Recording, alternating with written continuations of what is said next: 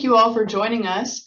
Welcome to your April GA update, where we kind of go over all things elections that we know right now, as we have a primary coming up in August.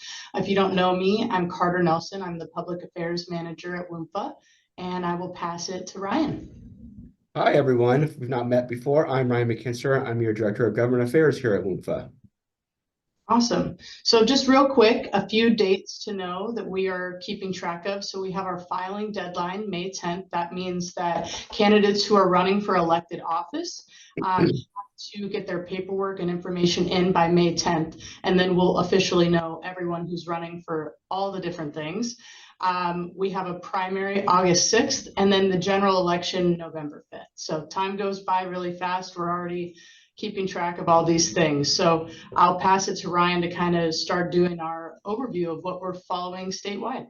Yeah, and I will put a little bit of a disclaimer. I think Carter already led off with that for me as well. With the filing deadline, not for a few more weeks, we don't know a lot that's happening. We know some upfront stuff, but there'll be a more substantial update later down the road when we see what these races really look like. As a reminder, if you're not aware, this is a statewide year, so it's statewide offices that are being considered. There are a few small municipalities that do some stuff on the even years, but traditionally city and county races are on the odd years, and then state level races, whether that's a legislature or statewide races like governor or lands commissioner, are on even years. And so that's what we're considering right now.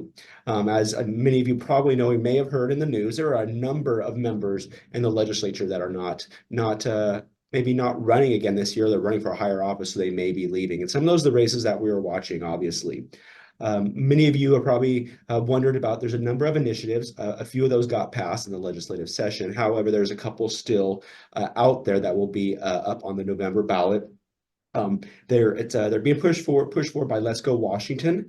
The three remaining initiatives that still will be on the ballot that were not passed by the legislature are: one, addressing the climate impact legislation from a few years ago; one, dealing with the long-term care act that happened a few years ago, which basically requires every employee to pay into a long-term care fund for should they need it later in life.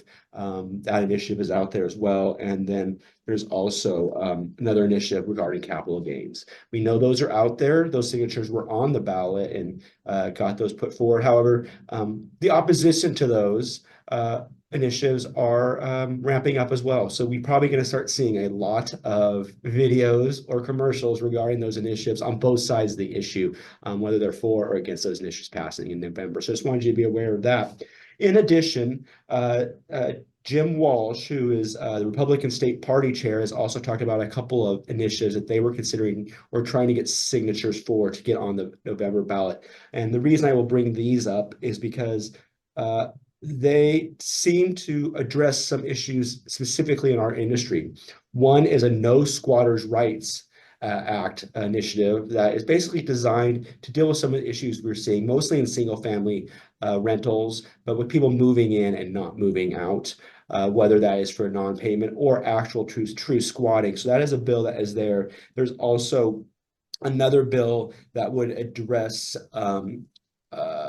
the natural gas ban that is being considered. There was some legislation that some people believe in the long term will basically make natural gas unusable or unfeasible for our members, as well as single family houses in the area, in the state, and including also I know it's a big push for the commercial and the restaurant industry, hospitality industry as well. So there's an initiative that's being considered for that as well. And so those are some of the things that you're going to probably see in November. You'll start to see it ramping up.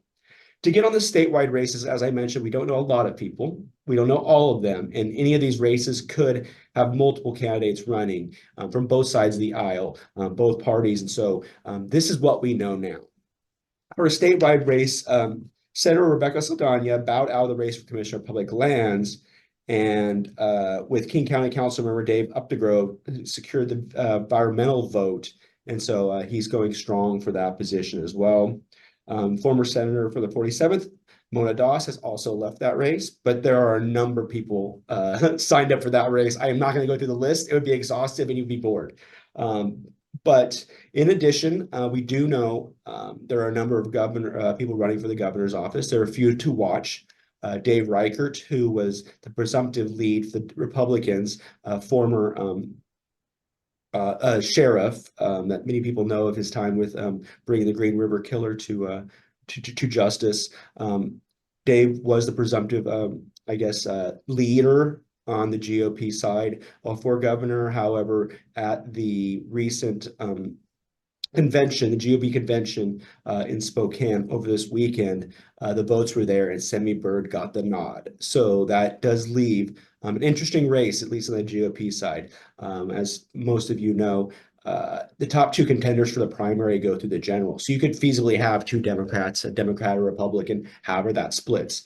The reason I am pointing that out is because the presumptive vote getter is going to be Bob Ferguson, our current AG, with the makeup of Washington voters and how it breaks down. The presumptive top vote getter will be Bob. And so who's going to be racing against him in November? WMFHA, our board, as well as our PAC, has come out strong in supporting our legislator of the year, Mark Mullet, a Democrat, for that position. There's a strong belief if Mark is able to get through this primary to the general, he has a very good chance of winning in November. And he's always been a strong ally of our industry and worked well with the business community as a business owner himself. Another thing that some may have heard that's creating a little bit of a consternation is there was some redistricting done in the Yakima area. 13 legislative districts were impacted by the redistricting map that was adopted by the courts. And we're still trying to figure out how that is going to shake out.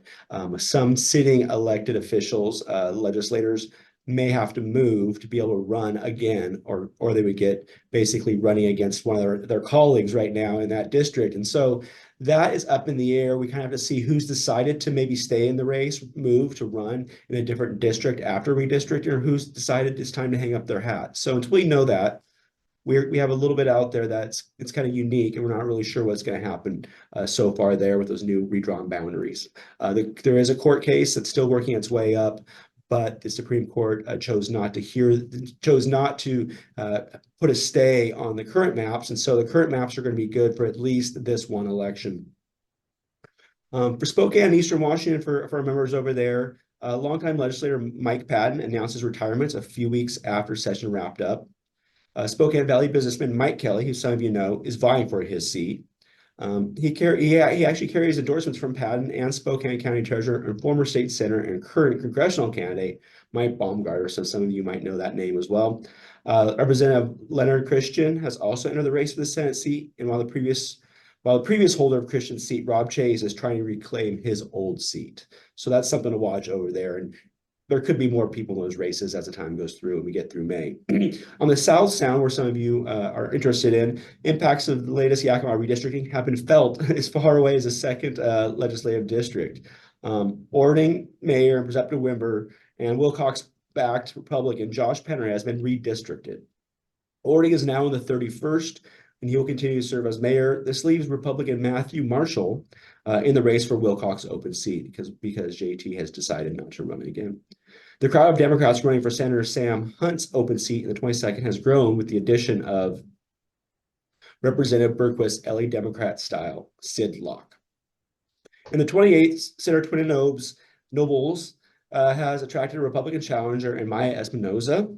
Espinoza, you may have heard her name before, previously ran for superintendent of public instruction at the statewide level. In Central Puget Sound, a few of the names that we know. In a crowd race of Democrats in the 5th legislative district, Issaquah City Council member Victoria Hunt has earned Representative Bill Ramos endorsement for his old seat as he seeks the Senate seat that Mole is vacating. Republican candidate Landon Halverson has also entered the race, joining Ramos and the bid for Senate and area independent Christian Nelson and Republican Patrick Peacock are there as well. On the Peninsula, we have a few people to point out, and the 26th two Republicans have joined Democrat Addison Richards in the battle for Representative Spencer Hutchins' open seat. Spencer has chosen, unfortunately, a good ally has chosen not to run for his seat again. Former Representative Jesse Young is attempting to rejoin the legislature in that seat. Young gave up his House seat to unsuccessfully challenge Senator Emily Randall a few years ago. Young is also joined by fellow Republican and rental housing advocate and our friend Jim Henderson, who's been out campaigning with Representative Michelle Caldier. Jim is a friend of the industry. He has lobbied on behalf of the rental industry. And as one of our friends, our colleagues, it's going to be a name to watch and someone we're going to probably support. In the Southwest, we did have some changes, and some stalwarts that have been there for a while, unfortunately, are leaving, either due to redistricting or some other issues down there. But longtime Senator Ann Rivers from LD 18 announced her retirement recently. She was redistricted into the 20th rather than run against Republican Minority Leader John Braun. She chose to retire.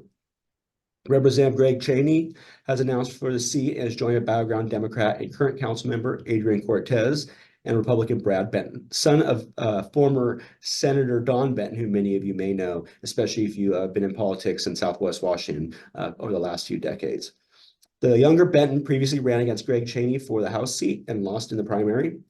And announcing for Cheney's open seat are Democrat John Zingel and retired battleground mayor Republican Philip Johnson.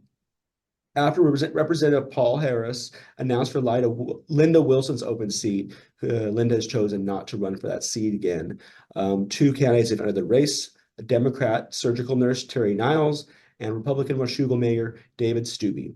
Still perhaps considering the open seat is Representative Gina Mossberger for currently in the 14th, who was redistricted out of the 14th as part of this grand map revision that we're seeing.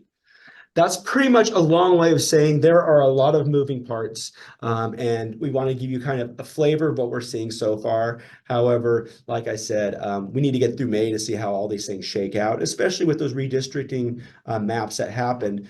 There's some tough decisions for people to make, and we probably won't know what those decisions are until May 10th when all that is done.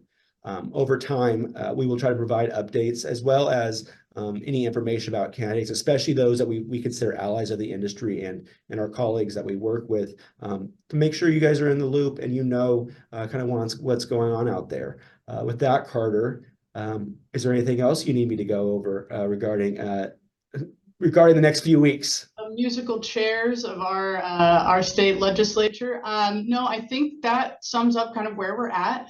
As Ryan said, we'll be sending out information on relevant races or races that we really want our members to be paying attention to. But if you are curious about your own personal district and want some advice on who's the most pro-business, or you just want to know a little bit about who's running and maybe some details there, we are following every race, so we can provide that to anyone who reaches out to us. But stay tuned, we will be sending out information as we get it. And a reminder that if you don't know if you're registered to vote or maybe you've moved, any of that, just go to vote.org. They have great resources about our rules on registering. Washington is pretty awesome. You can generally register day of an election, but we encourage people to do it beforehand, and so you'll get the mail, you'll get the information on different candidates, and you'll get some of the things that we're participating in terms of the independent expenditures. So yeah, just stay tuned for all of that. But yeah, we're happy to share any of the information, and thanks for listening.